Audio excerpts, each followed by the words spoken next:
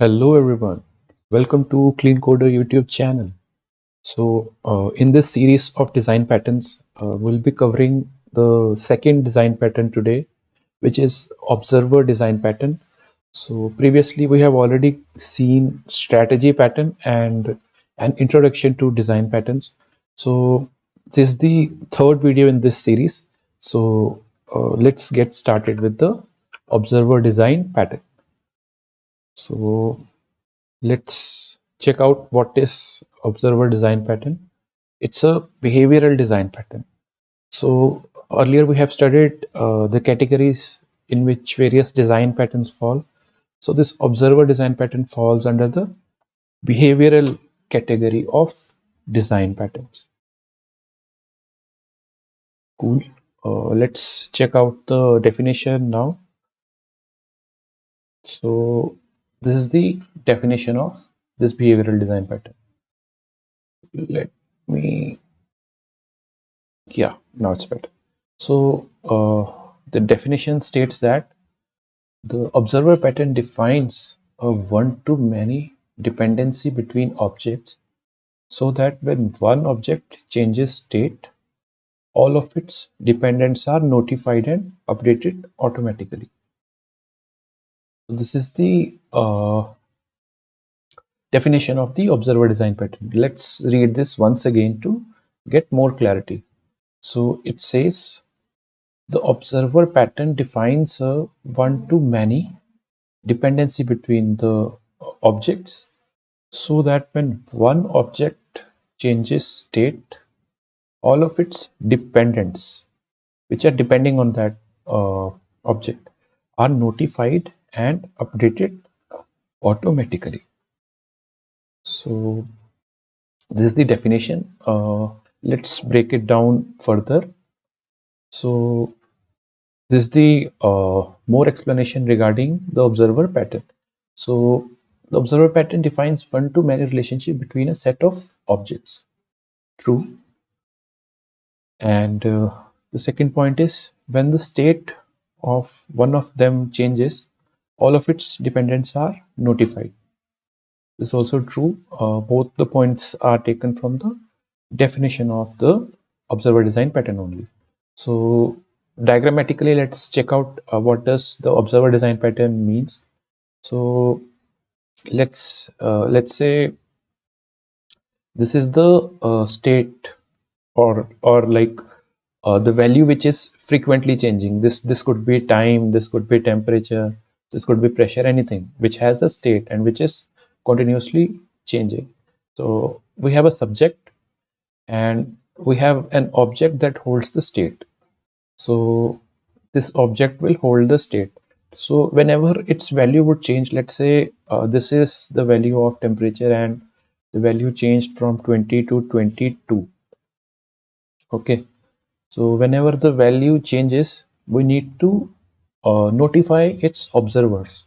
So all of its observers needs to be notified. So a notification would be sent to its observer objects or the dependent objects. So this pattern talks about this only. And we have a one-to-many relationship.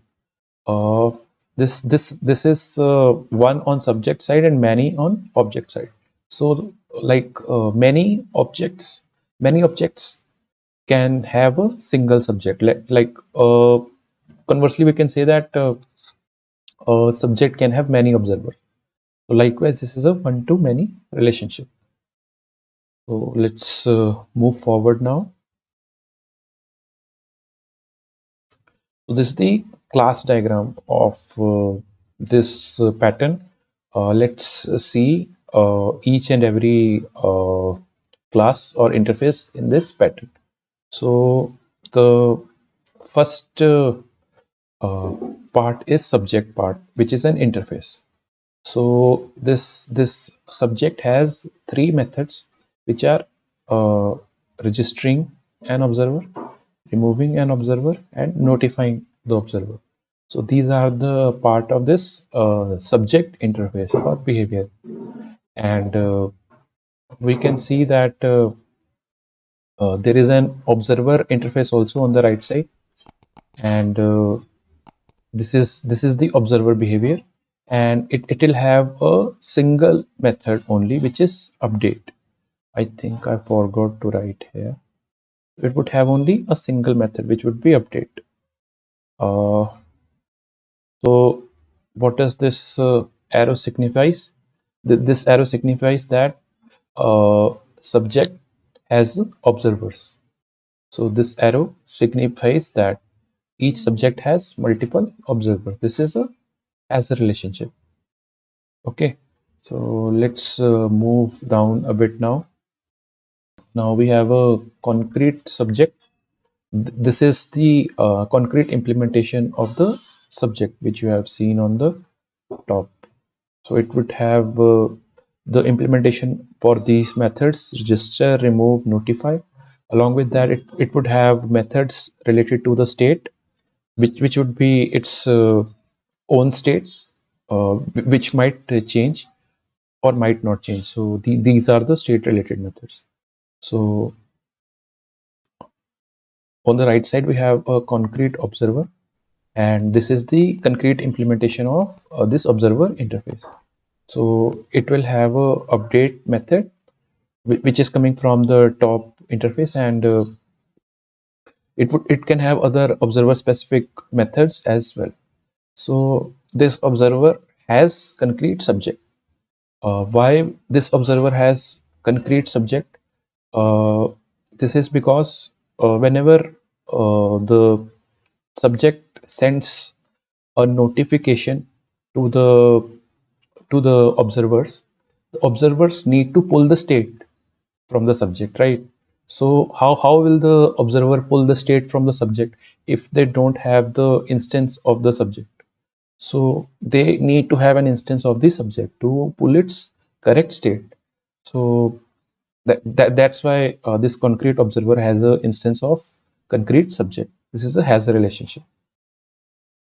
So this is all about the UML diagram. Let's read the theory also, which is written on this slide. So what does this says about the subject? It says here is the subject interface. Objects use this interface to register as observers and remove themselves from being observer. This we have already understood. What does this talks about? This talks about a concrete subject always implement the subject interface. Okay. In addition to register and remove methods, the concrete subject implements a notify observer method. This we have seen, and that is used to update all the current observers whenever state changes. This is true. We've already seen this. What does this say? The concrete subject may also have methods for setting and getting its state. So what does this say?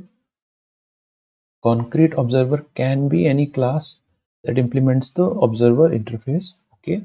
Each observer registers with concrete subject to receive updates. This is the concrete observer. So what does this say about the observer interface? This says all potential observers needs to implement the observer interface. This interface has only one method, update, called when the subject state changes. So this is regarding the observer interface. No problem if you haven't got the complete idea from this UML diagram. We'll go through the code also. We have an example. Hopefully you will get a complete idea from that example. Let me switch to the IntelliJ screen now.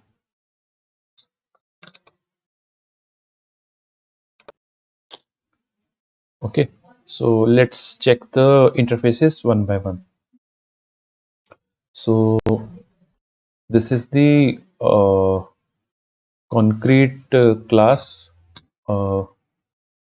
Let's see the display element, observer, and subject interfaces first. So display element, this is the behavior to display. So it has only one method, display, which will be implemented by the child class or the class which is implementing this interface. This is the display element behavior. Now let's check the observer behavior.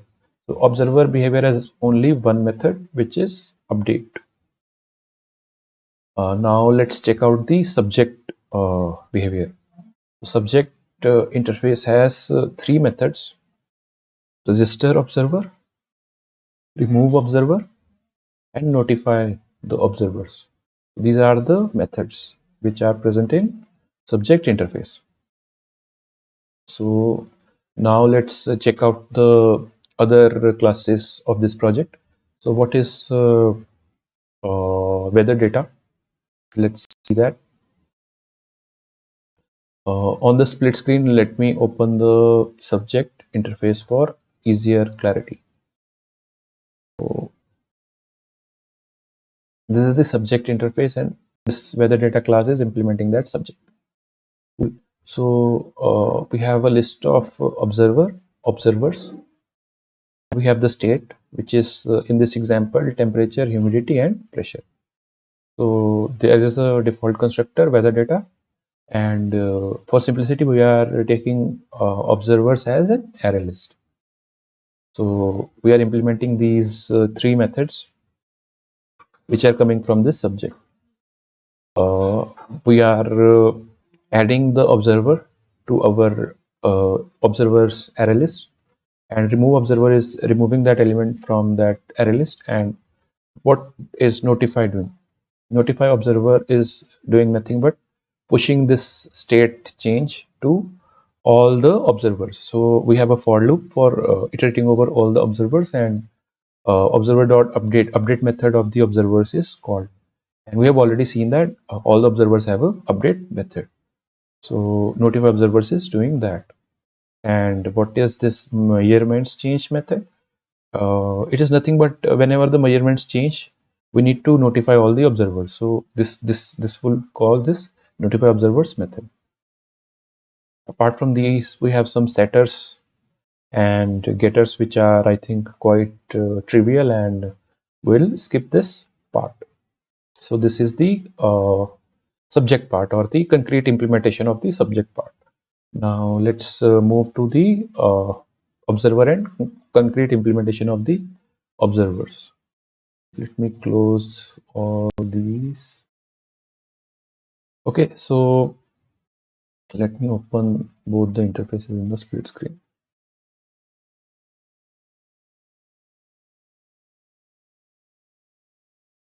Okay, so this is the statistics display. It's a kind of display. So it is implementing two kinds of behavior. One is observer and one is display element. So from observer, we can see that we have an update method. So it will provide the implementation for the update. So what is update doing? Update is doing nothing but getting the temperature and humidity. This is the state. How it's getting? It has a weather data reference in it. This is the point where I told you that the observers has a relationship with the subject's concrete implementation. So this is the subject's concrete implementation, and it's present in the concrete implementation of the observer. So that's why this observer can call these methods. So after getting the state, it is just displaying this. This display method is doing nothing but printing that over the console. So these observers are quite straightforward and simple, and I think by now you would have gotten a good idea of these observers. So this statistics display is also observer. Current conditions display is also observer, and similarly this forecast display is also an observer.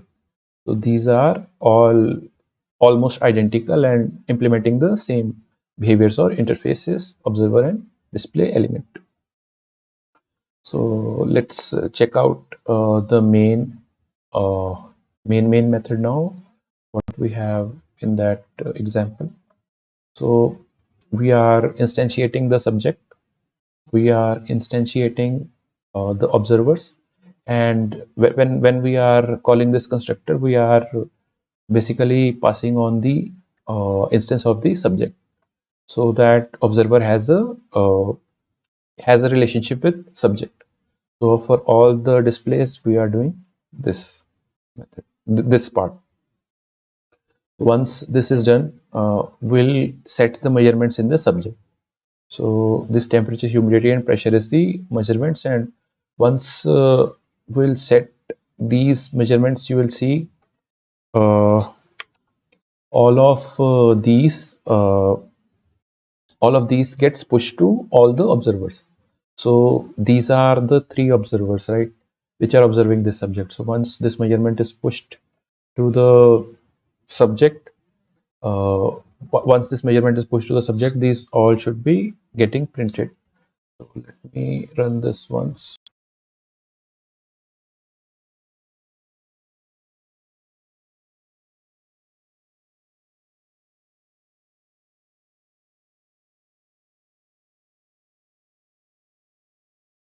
Yeah, all the three displays are displaying that current conditions.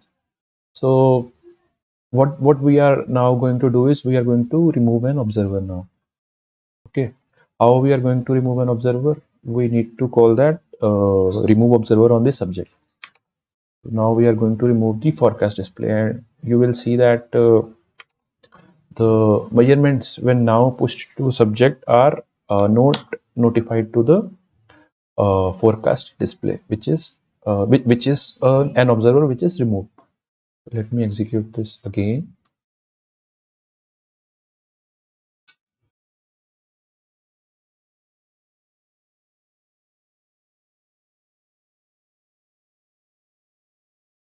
Yeah, the current conditions display and statistics display are displaying these values. So this was the code walkthrough I wanted to go over for this example. Let's move back to our whiteboard now. So in the next slide, we'll see some of the examples of usage of this design pattern. So in Java JDK, this pattern is used in Java Beans and even in the Swing library. So this pattern is not limited to Java world, it is used even in JavaScript. If you have seen events and Cocoa, those also use observer pattern. Apart from that, it's also used in Swift. So key value observing protocol, that part of Swift also use observer pattern. So these are the examples of the observer pattern I wanted to talk about. So this examples and most of the theory is taken from this Head First Design Patterns book. Once again, thanks for watching this video, and do like, comment, and subscribe my channel. Hey guys, do check out this Instagram channel, Clean Coder Community, for all the jokes and memes related to software engineering. Thanks a lot.